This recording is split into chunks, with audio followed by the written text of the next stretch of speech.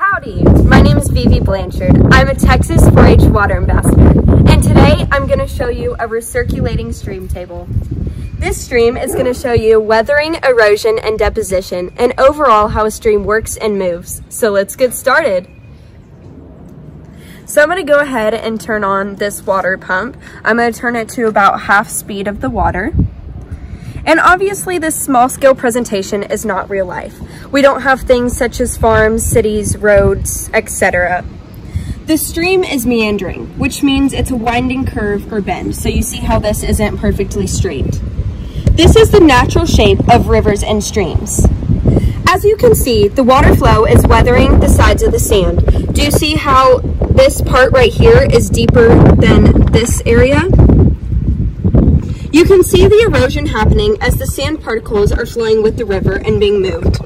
So we're actually going to do an example of this where we put these green leaves in here and just watch how it flows with the river. It goes pretty fast and it gets deposited whenever there's a big deposit of sand. And let's put this black piece of dirt in here as well. See how it's moving slower because it is heavier. You can also see pockets of sand where the sand has been deposited. So like where both of these items of sediment deposited, it's a thicker area of sand than it was at the beginning, and that's why it moved from there to there. We can change the amount of water coming into our stream, but the movement and speed of the water can impact the stream greatly. So let's go ahead and turn on the water a little bit higher. The faster the water is, the more potential of the damage it can cause. Imagine flash floods. They cause lots and lots of damage. Do you see how that sediment got moved because we turned the water on greater? See, flash floods move large items such as cars, trampolines, and even trailers.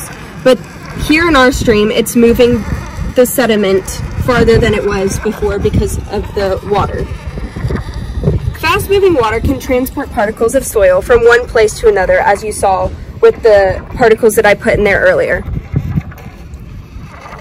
You can see the shape of the original stream has changed dramatically. The stream has gotten wider because of the sediment being moved and the sand being moved.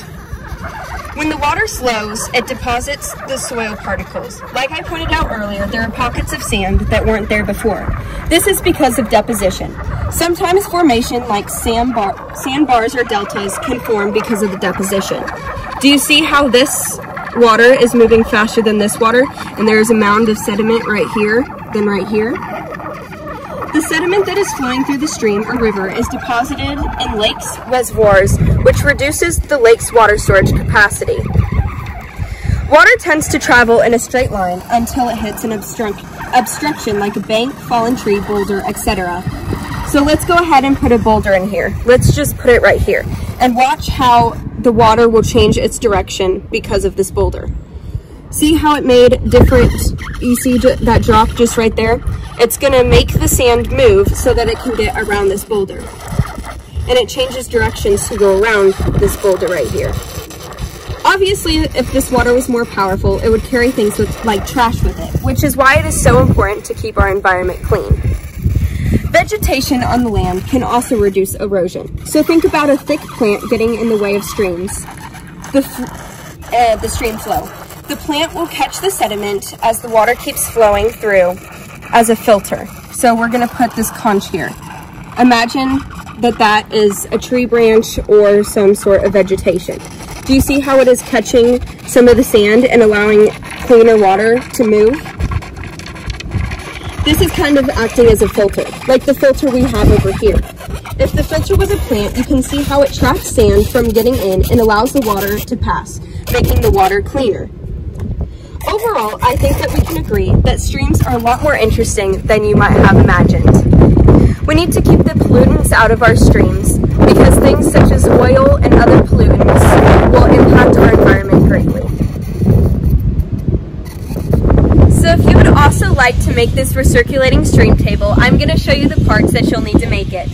So here's a water pump, which will pump the water from this bucket through the tube here and go through this nozzle, and I put a clamp on the bin so that it stays.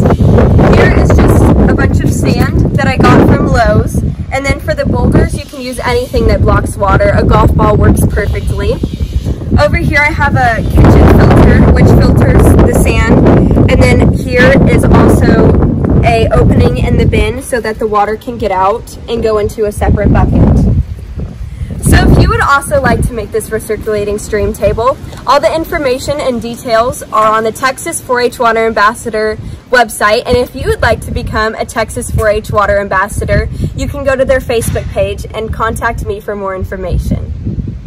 Thank you so much for watching, and I hope you learned a lot about streams today.